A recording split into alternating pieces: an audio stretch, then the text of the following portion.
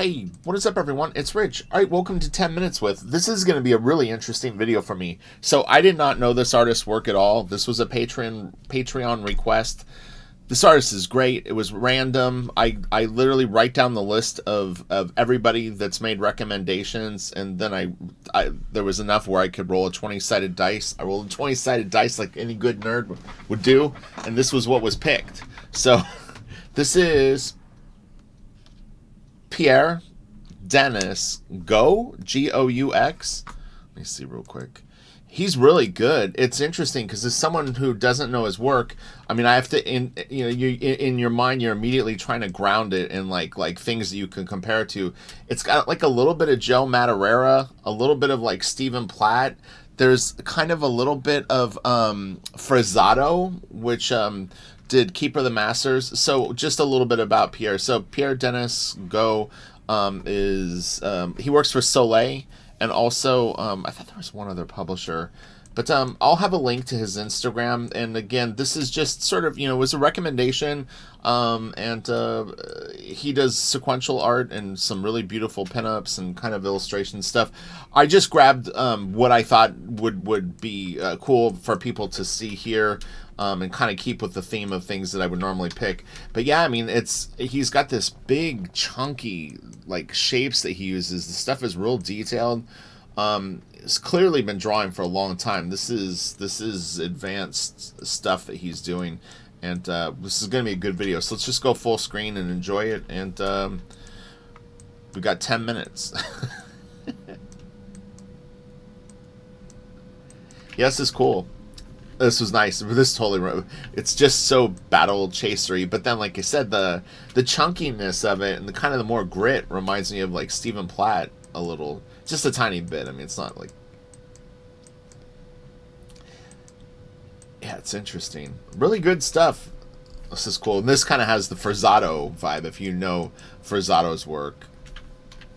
The color palette, the little bit of the painting approach and stuff like that.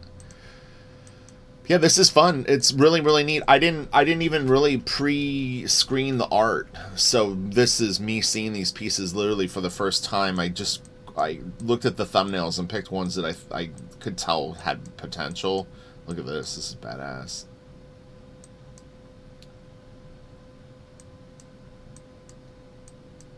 Oh man, yeah, it's really good. His anatomy is really, really nice. Nice beefy muscles. God, so many people draw so good. Look at this. So this was the impression that I got looking at some of the stuff that I saw as I was grabbing things, and I could tell from the thumbnails. It looks to me like he possibly pencils the work digitally, prints out a blue line. His panel borders are done digitally, and then he inks it traditionally and puts the wash and stuff over it. Now, one thing that I will warn people about, if you attempt to do that sort of technique, sometimes the ink, depending on your printer, will be difficult to put ink over.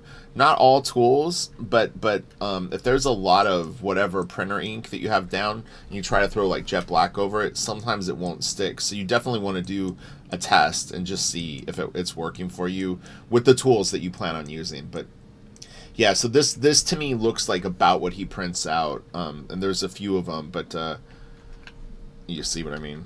But you can tell it's kind of like it looks like a printed out blue line. Now he may print it very, very lightly and then just pencil over it and then finish it. But these to me look like they were printed out panel borders. And it's not a big deal. I mean, it's a smart way to work. In particular, if you're doing a job where you need to meet deadlines or you have obligations in terms of, this is really cool. Look at this. All this. I guess these are thumbnails. I don't even know. That's crazy that his thumbnails are this tight, though. I mean, there's a million different ways to do thumbnails. He's working 8.5 by 11. It looks like here's the printed out script, and then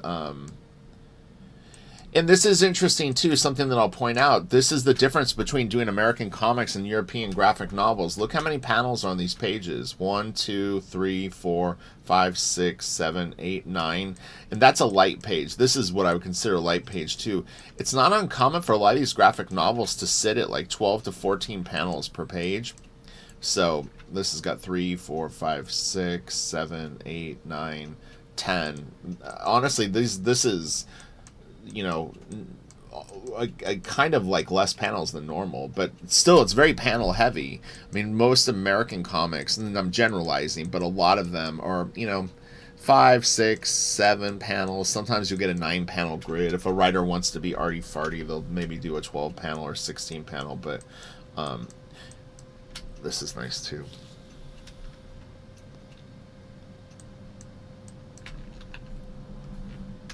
There was an artist that I worked on. I did a book for World of Warcraft. It was a 110-page graphic novel that I worked on and off for a couple of years, named Jeremy Rapek. He spells his name, I think, Jhermey, Rapek, Rhapack, something like that. He kind of draws like this. His stuff was very, very detailed. Really, he's really good. He's just not known because he's slow. This is great. But yeah, slow in comics sometimes is not a good combination. Graphic novels, like the European market, is sort of conditioned to sort of like you're going to get 1 book a year, maybe 2 if someone's super prolific, as far as I've been able to tell.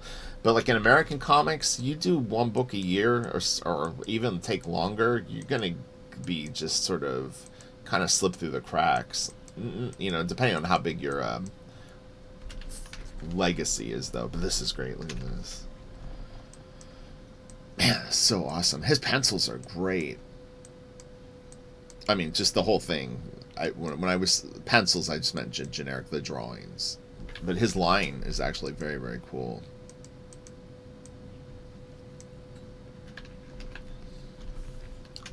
Really cool photo. So someone can maybe like reverse engineer these. I've seen other artists, I think, share these pens. I don't have these particular ones, so I don't know what they are, but let me know what these pens are if you know. This is really cool.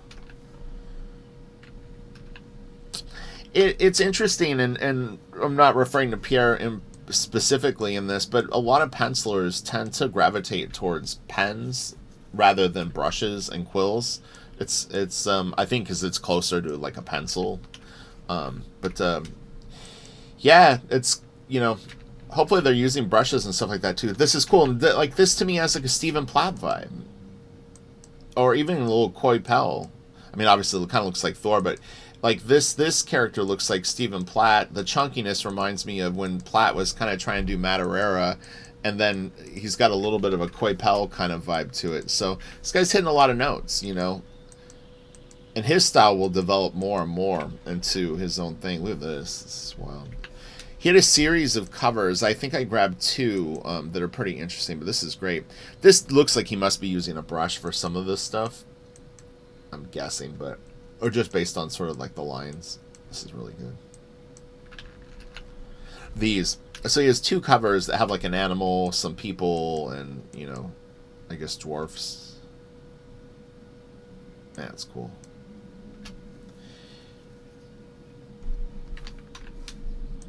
Really nice like texture and stuff down here.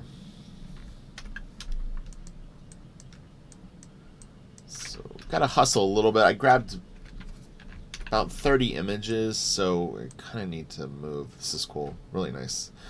He's definitely got his drafting skills down. Look at this. This is crazy. Man, this is kick-ass.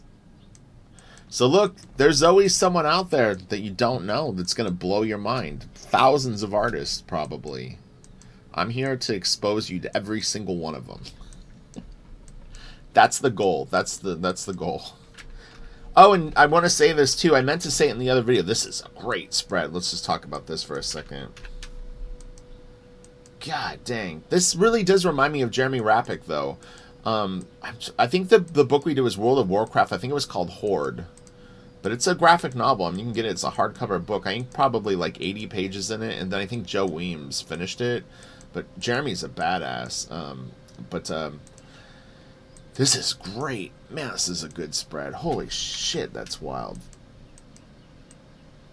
Now, I'm wondering, normally when you work for these publishers, you color your own work, and I'm wondering if he colors this stuff or if someone else colors it. I think now some of the European publishers, not just like recently, but they did start to bring in other colorists, because I think, you know, it's a lot of work to expect someone to pencil, ink, and color a book.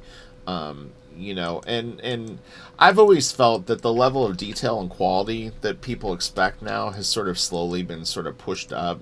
So, but what I was going to say is, if you haven't subscribed to my channel, please do. I mean, the general consensus of YouTubers is that most, you know, like about 40% of the people that watch your channel are subscribed, and the other 60% watch your channel and don't subscribe.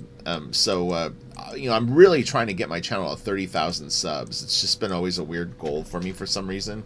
And we're getting so close that I figure if people will subscribe, we could get there. It doesn't mean anything other than, to me, it would just be an acknowledgement of a lot of hard work. I think over 600 videos on my channel, so I've been sludging it out.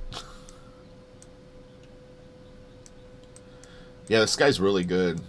Really, really good. I've followed him on Instagram because I like I said, I wasn't aware of his work, so this is great.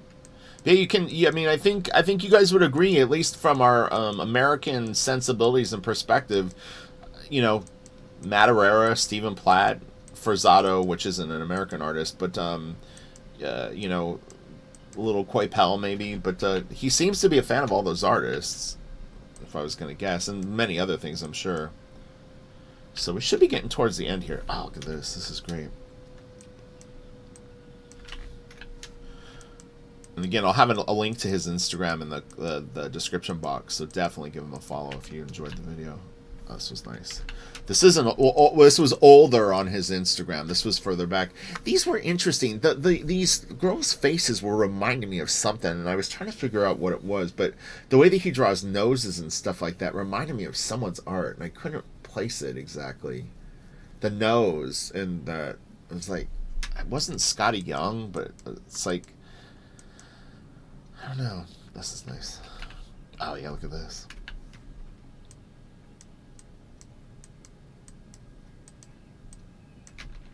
Okay. All right. So that was 10 minutes with Pierre Denis Goux, G-O-U-X, I think it was. And yeah, so thank you for the recommendation, my lovely patrons. And I mentioned in the other video, if you didn't watch the one I posted yesterday, Kelsey is going to come on and we're going to do an influence chain together. And so, you know, we're going to pick probably the opening shot. But then once you throw that out there, then the comment section, as I explained to Kelsey, really starts to kind of like feed the idea of like where people want to go. And what's exciting about it is, when you start far enough back, it can go a lot of different directions. And I had no idea the last influence chain was going to end with Laniel and Wilson Laniel. But you know, it could have gone 50 other directions. So it's really, really cool. So if you want to recommend even where to start, pick an old school artist. This is what I recommend. Pick a Silver Age artist and try to go in front of them. Meaning that like let's try to go like one influence before John Buscema, one influence before John Romita Sr., one influence before Will Eisner. It makes it interesting because I think far less people are going to know that artist. And then we get into someone where we maybe you're familiar with their name but don't know their work is good. And then as it moves more modern, you know, depending on what your point of interest is in comics, then it, you know, it kind of progresses from there. But once we hit like the 70s and 80s, the branches go a lot of different directions, and it makes it just really fun to sort of like feel what the momentum, you know. The one that we did with Wilson Laniel, I'm telling you, I saw a lot of Tim Sale in the Stroman stuff and was very tempted to do Tim Sale after Larry Stroman. So it's just one of those things. I felt like Tim Sale could fit in a few other categories, so I held him back. I was having difficulty moving past Tim Sale as like who would have been influenced by him was tricky. So okay, I'll talk to you guys later. Have a good one.